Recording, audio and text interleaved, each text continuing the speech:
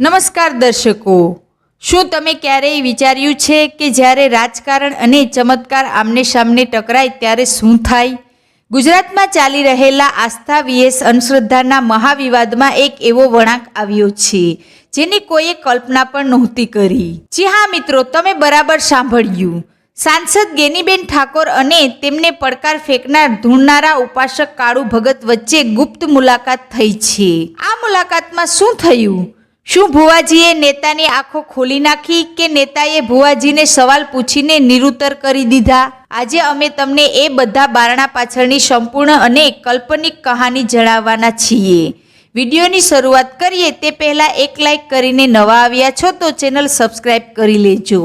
મિત્રો, એક તરફ ગેનીબેન અંધશ્રદ્ધા વિરુદ્ધ સખત હતા તો બીજી તરફ કાળુ ભગત પોતાની શક્તિ પર અડંગ. આ માહોલમાં શાંતિપૂર્ણ સમાધાન માટે એક સ્થાનિક આગેવાન દ્વારા આ મુલાકાત ગોઠવવામાં આવી છે. પહેલી વાતચીત ગેનીબેન ઠાકોરે શરૂ કરી, રાજકારણની જેમ નહીં પણ એક જાગૃત નાગરિકની જેમ.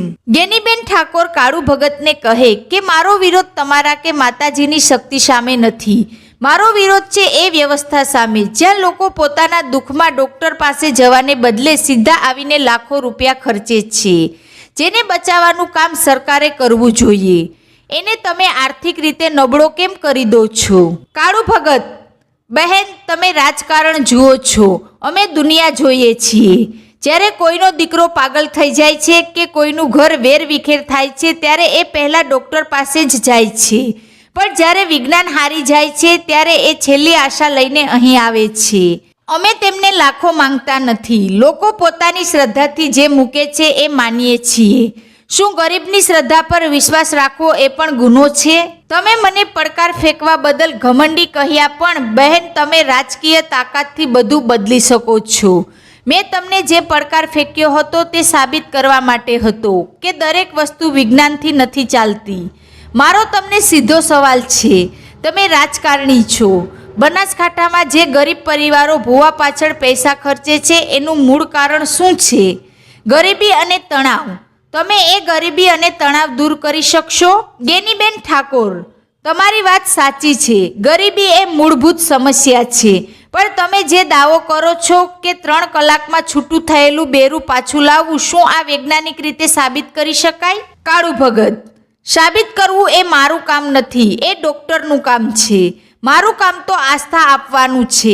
અને હા, એ દાવાઓ ખોટા નથી. જો તમારા વિસ્તારમાં કોઈ ગંભીર સમસ્યા હોય જે વિજ્ઞાન કે કાયદાથી ન ઉકેલાય તો હું તેમને ખુલ્લો નિમંત્રણ આપું છું કે મારી સાથે રહો અને સત્ય જુઓ. આ મુલાકાત કોઈ જીત કે હાર માટે નહોતી, પણ એકબીજાના દૃષ્ટિકોણને સમજવા માટે હતી. ગેનીબેન ઠાકોર: ભગત, હું તમારી વાત સમજી. લોકોની આસ્થાની જગ્યા પર સવાલ ઉઠાવવો એ પણ યોગ્ય નથી. મારું લક્ષ્ય માત્ર અંધશ્રદ્ધા દૂર કરવાનું છે, શ્રદ્ધા નહીં. હું આજે વચન આપું છું કે મારા દરેક ભાષણમાં હું ગરીબી અને તણાવ દૂર કરવાની વાત કરીશ, જેથી લોકોને છેલ્લે તમારા પાસે આવવાની જરૂર ન પડે. અને હું તમને વિનંતી કરું છું કે તમે પણ લોકોને ડૉક્ટર પાસે જવાની સલાહ આપજો.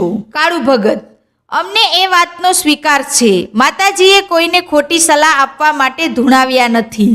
અમે લોકોના દુઃખને હળવા કરવાનું કામ કરીશું અને તમે લોકોના જીવનને હળવું કરવાનું કામ કરજો. આ જ ગુજરાતની સંસ્કૃતિ છે.